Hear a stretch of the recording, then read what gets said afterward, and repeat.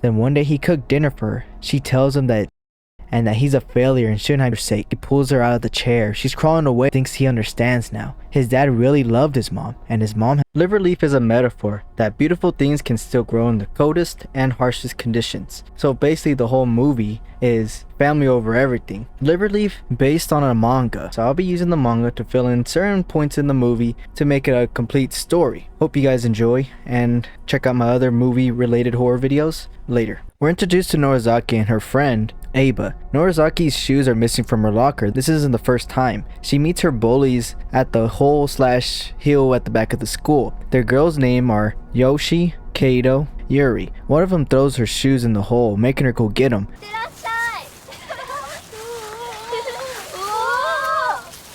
They start throwing her belongings at her. We get a little insight to why they're bullying her, but not the whole story. Yoshi says, how is someone as ugly as her took Aba away from Tiko? A group of boys show up. They're also bullies to Nozaki, named Kyuga, Meimaya, Aikagawa. Before they leave, Taiko makes it clear that it has nothing to do with Aba. Nozaki walks home all dirty. Her family begins crying, seeing her like this. The following day, her dad confronts the teacher, Miss Minami, about the students bullying Nozaki. Minami knows about the bullying, however the school is about to close, so in these final days, it's better not to cause any trouble. Basically, she's not going to do anything about it. In the manga, after this conversation, Miss Minami goes up to Taiko, like they're friends, saying that Nozaki's dad is bugging her about her being bullied. And also, the girls don't respect her. They call her by her first name and call her the worst teacher. In this small town, only 10 students will graduate in 2 months. The boys from earlier, Kyuka kicks the dad down the stairs. He taped thumbtacks on the bottom of his shoe.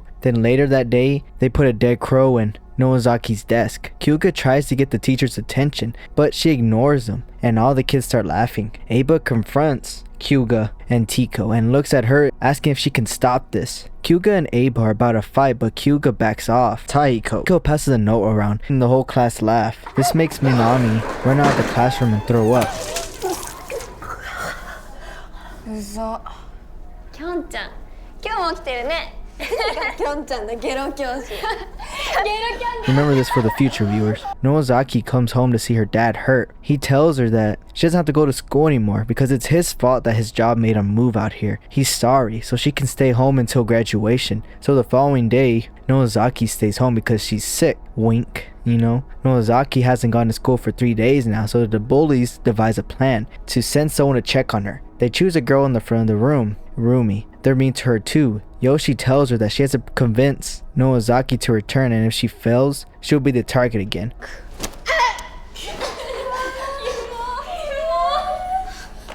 Rumi shows up to Nozaki's house and checks up on her. Music is playing in the background, and she asks Nozaki if she can borrow it. Once she turns around, she takes a picture of her as proof that she was there. Then Rumi begs Nozaki to show up to school if she's better, and if she doesn't, Rumi's gonna be the next target. Nozaki tells her that she's not going to school anymore. Rumi is in a locker. She's getting questioned by the girls, warning her if she's lying about going there, they'll kill her. Then lies about what Nozaki said. 私たちがムカつくって早く帰りお話されて気分悪かったです Now Rumi is promoted to target, and they hand the music CD to Taiko. Now in the forest, Nozaki and her sister, Shoko, come across Aba, who is looking at a liverleaf. He explains that it lives through the winter. When it blooms, it pushes away the snow. Also, we find out that Aba also transferred to this town at the same time as Nozaki because his grandma lives here. To end this nice walk in the woods, Aba takes a picture of Nozaki and Shoko. At school, Taiko is giving Rumi a haircut because Taiko be a beautician, so she's the most qualified here, I guess. Rumi is just happy being there. Then Yoshi asks Rumi if she hates Nozaki too. She responds, I want her to die. At Nozaki's house, she's about to leave to go on a date with Aba, but before she goes, Shoko gives her a 3-leaf clover necklace she made. Aba takes her to this beautiful view of the town, which will look better when it snows. Then they have a little moment here and walk around taking pictures everywhere. Walking back home, Aba tells her that they should see the liver leaves in the spring. Aba sees the 2 girls, Kato and Yuri, looking back at Nozaki's house. They run over. Aba stops Nozaki from running in, but instead runs in himself. He comes out with Shoko.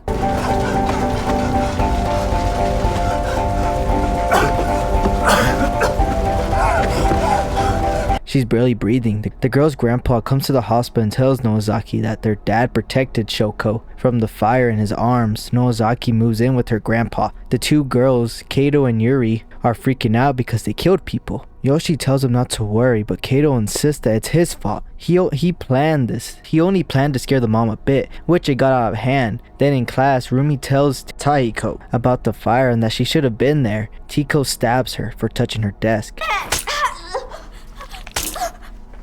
After school, Rumi is meeting with Miss Minami. Miss Minami is telling her to stop hanging out with Taiko before graduation. Then Rumi asks her what Taiko is to her. She says that she's a friend, which confirms her relationship with her students. Taiko is at her locker, getting her stuff. Hyuga shoots his shot but misses. Remember this interaction for later? Taiko gets home. Her dad doesn't want her to go to beautician school in Tokyo because he decides her future and walks off, not telling them when he'll return. In the manga, he tells her no because he wants her to keep the mom company while he goes off to work. In both scenarios, he's a dick. This is going to be a trend among parents, so heads up. Aikagawa and Meimei are shooting birds because there's nothing better to do in this town. Aikagawa confesses that on that day of the fire, his heart was beating so fast it felt like all his stress was gone for that moment. At Yoshi's house, her dad's an alcoholic, throwing stuff at her because she got the wrong one and makes her go out late to get him the right one. I like that Rumi draws Tiko instead of having pictures of her. I respect the talent, and also shows her obsession with her. Winter has come and Nozaki shows up to school. Yoshi and the two other girls take Nozaki to the hill at the back of the school because Yoshi wants her to kill herself because Nozaki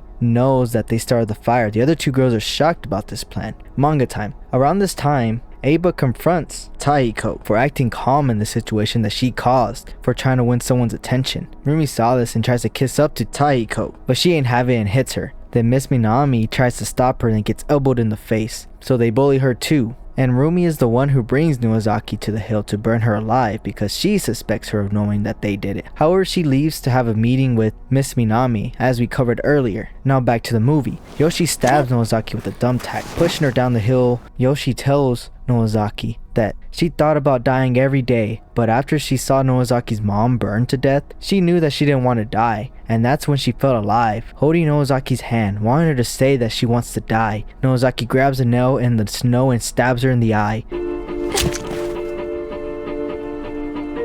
Then Nozaki picks up a pole and beats her.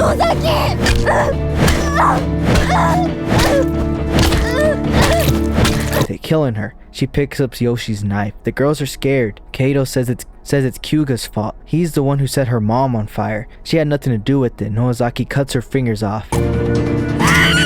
Yuri tries to climb out, but Nozaki cuts her Achilles tendon and she falls, hitting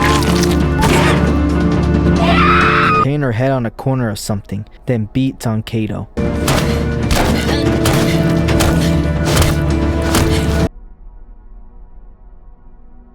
The next day, people are talking about Kato, Yoshi, and Yuri being missing. The police show up to the school. The boys are freaking out. Aba calls them out, saying that the cops are probably here looking for the missing girls. Kyuga walks home and sees Nozaki. He pushes her down. Before he does that, she stabbed him, and in shock, she cuts his cheek.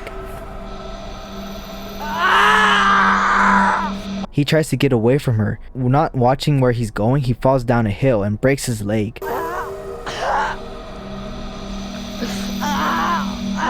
Norizaki leaving him to die. In the manga, Norizaki runs after him with the knife, leading him to a well, and he's envious of her for reasons we'll get into later, more towards the end. Later, Aba shows up to Norizaki's house. She is bedridden. The grandpa tells Aba his plan to take Norizaki and Shoko back to Tokyo. Then he asks Aba to take care of Norizaki until graduation. Now at Rumi's house, she is sharing a nice moment with her mom. She is more outgoing than usual, and her mom lets her sleep with her tonight. So while getting the quilt, she gets a phone call from Meimei and says that Kyuga and those three girls disappeared. He has no doubt it was Nozaki who killed them, and that she might be next. So he and Aikagawa are going after her before she comes for them. So the following day, Nozaki is going to see her sister. The boys watch her from a distance. When she stops to look at Liverleaf's, Meimei shoots and misses.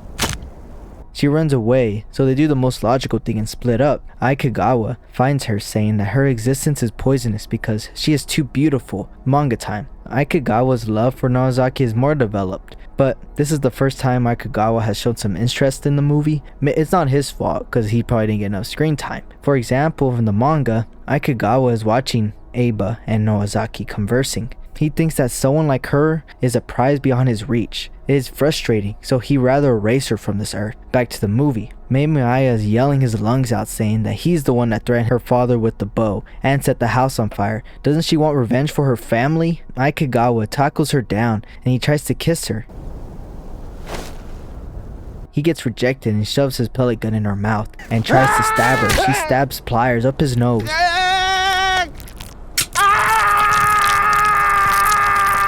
Cutting the middle part. Misumisou tries to shoot Nozaki but hits Akagawa instead. He turns around and attacks him, saying that he loves Nozaki. Misumisou kicks Akagawa off of him.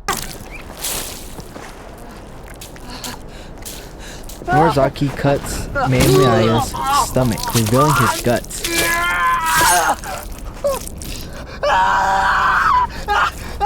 He calls for a time. What a hoe, dude. He loads his crossbow, but Nozaki finishes the job with a stab in the neck.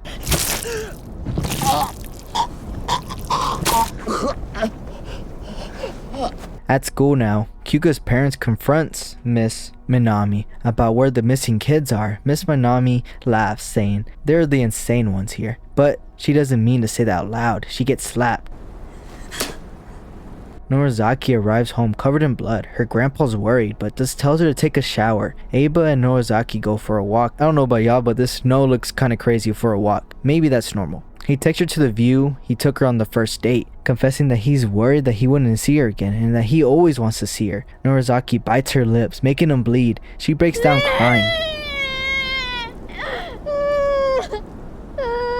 Aba hugs her, saying that he'll protect her, then kissing her, all blood and all. This scene is only in the movie. In an interview with Esuke Naito, he says at first glance, a kiss is romantic, but that made me feel disturbed in this particular scene. The word "I will protect you" in Japanese implies violence, a contract that prevents violence, and this also ignores the independence of a woman. Nozaki accepts the violence of the contract by kissing Aba. I expressed this with a bloody kiss, a contract signed in blood. Now back to the movie. At the hospital, the grandpa tells Nozaki his plan to take them to Tokyo once she graduates. Nozaki wants to stay with Aba. Tells his grandma that he wants to go to Tokyo to stay with Nozaki. He'll work during the day and go to school at night because she has no one to count on. Rumi goes to the hill at the back of the school and finds bodies of 3 girls.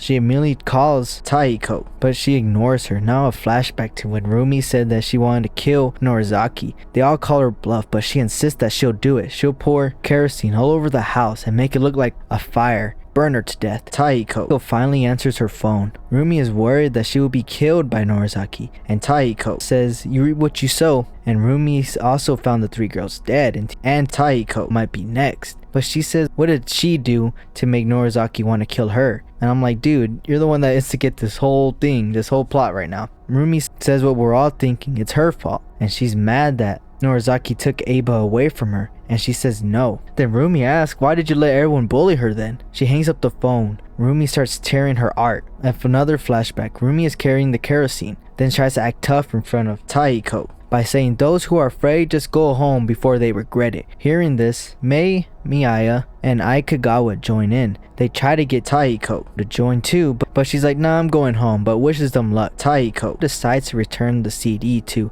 Nozaki, but there's no one home. So she just walks away. And then thanks to the plot, Nozaki arrives at the bus stop. They begin talking. She gives Nozaki the CD back, and Taiko doesn't know what to say. Nozaki says she's not the type of person to make people apologize. Then she recalls the first time that she came to the school. Taiko was the first person to talk to her, and she was the only person Taiko told about her dream of going to Tokyo and becoming a beautician. Nozaki thinks that she hurt Taiko by talking to Aba. Taiko was never jealous of Aba and her. She could forgive Nozaki for leaving her, but she wanted Nozaki to only look at her. Taiko walks away, and Nozaki tells her to hold her head up high and live on. She comes running back, begging for Nozaki's forgiveness. Taiko is walking home, then Rumi tries to stab her, but Taiko also has a knife. Rumi cuts her legs and then throws a rock at her.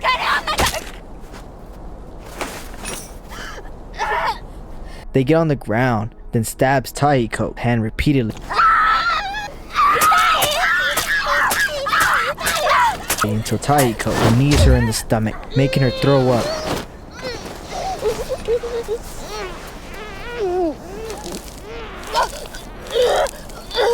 Taiko says that she had enough of them clinging on to her, and then Rumi that she always looked at her with lewd eyes and asks, "Do you think that killing Norizaki would have gotten her attention?" Rumi says that she did it for her. Rumi runs toward Taiko, cutting her face, but Rumi stabs her in the chest.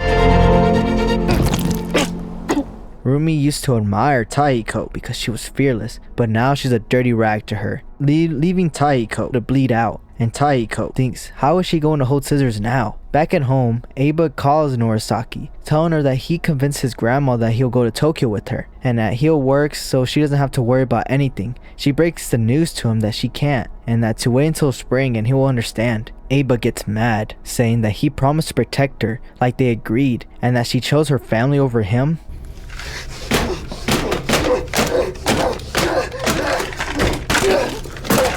The grandpa and Norizaki are washing dishes. He knows what she's doing and tells her to tell him when she's ready. Killing spree and all. At Aba's house, the grandma is being up bad, but he doesn't show any remorse, only saying, "Grandma, you can't sleep there. You'll get a cold." Now the grandma said that she didn't believe that he would stab his dad like this, but she is now questioning it. Aba said that was different. His dad would beat his mom up, so he stopped him. Manga time. A flashback of Aba 10 years ago before he moved in with his grandma. He's watching his dad beat up his mom. The weird thing is that she's smiling while apologizing to him. Then he turns around, noticing Aba, and tells him, "Don't worry, Dad and Mom are getting along." His mom smiling is proof. "Aren't you happy, Aba, to see your mom smiling?" And the dad says, "I'm happy too. That's why I want to get along with her more." The following day, Aba is woken up by his parents fighting. He grabs a box cutter and cuts his father's back. There's a panel of flies on the wall during the segment. I'll touch on this in a bit. Days pass and his mom is acting distant, but Aba thinks that his mom only has him now, and he has to support her. Then one day he cooked dinner for her. She tells him that it's shit and that he's a failure and shouldn't have given birth to him. Aba ruined his parents' relationship that she's been trying to protect for years. She asks him to kill himself for his mother's sake. He pulls her out of the chair. She's crawling away, apologizing.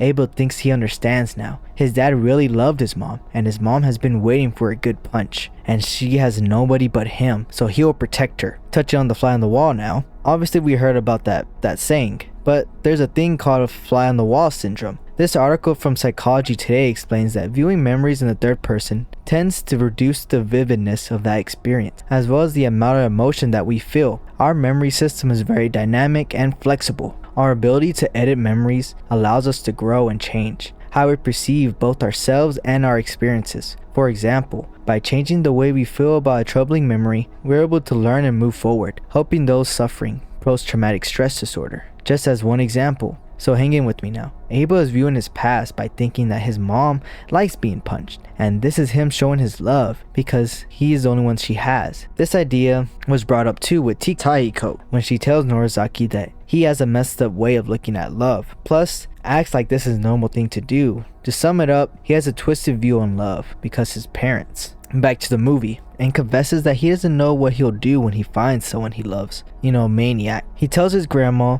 what happened with Norizaki. He believes that she actually wants to live with him. So tomorrow he's going to talk with her grandpa. The following day, all these parents surround Miss Minami and confront her about the missing students. The alcoholic dad throws his bottle and steps up, saying that Minami was bullied back in middle school and being bullied made her insane, and she might be scared of their kids, because they're delinquents. Then throws a claim that the students were killed by her. This is a nice scene right here. The parents talk crap towards her, but in their child's voices. また吐くのかよゲロ女マジで死ねよ。ムカつくよね。ふざ。Then she breaks down, saying that she could forget the unpleasant past, start her school life again, even if she has to do it as a teacher. She just wants to make lots of friends, and throws up. Runs out in the snow and falls and gets killed by a snow blower.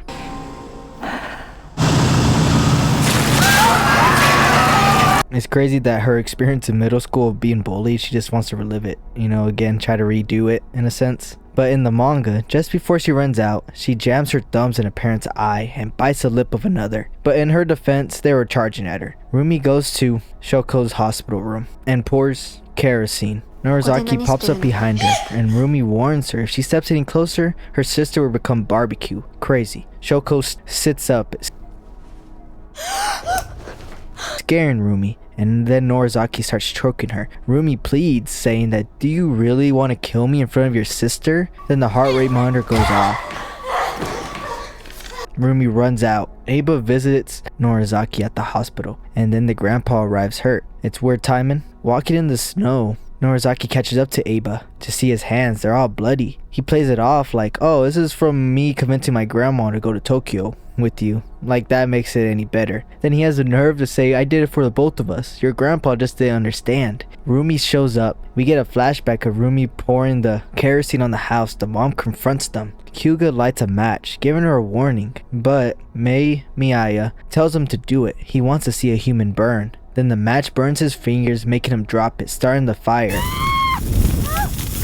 Minaya shoots the dad. Rumi pours kerosene on the sister and the dad. Rumi lighting them on fire. What a psycho. Norizaki runs towards Rumi and gets stabbed.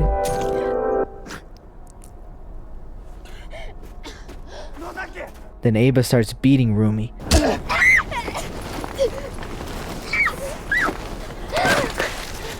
Then grabs a stick, stabbing her.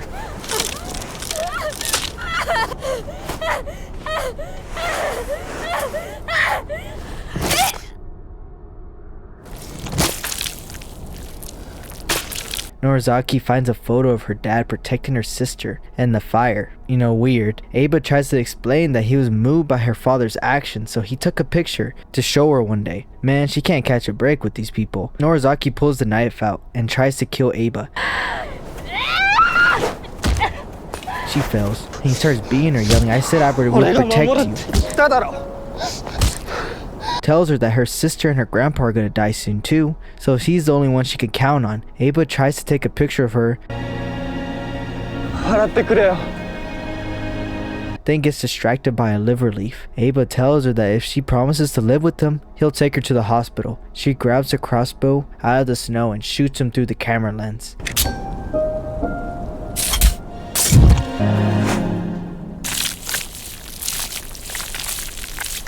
Norizaki starts walking away but falls shortly after and holding on to the necklace that her sister gave her. It's kind of crazy, the plot right there of her finding the crossbow in the snow, but you know. Somehow Taiko survived and she graduates. She walks around the school. I was expecting Norizaki to show up, but she only appears in a flashback of Taiko wanting her to go to Tokyo with her. I also feel that Taiko should have died. Like, she got stabbed in the chest and she got stabbed hella in her hand. There's a lot of blood everywhere. There's like barely any white snow left. But the manga's ending is different. Taiko is old and is visiting Norizaki in that old town, I believe. But I don't know why in this manga it was hard to distinguish characters. But taking the train back to Tokyo, Norizaki appears in front of her in her youth. Taiko breaks down crying, apologizing to her for putting her through so much pain. And then some parts in the manga was hard to understand, maybe due to the fan translation. But there was a part where the parents confronted Miss Minami and they said that they found Taiko dead. For what I found online, this is for sure old Taiko.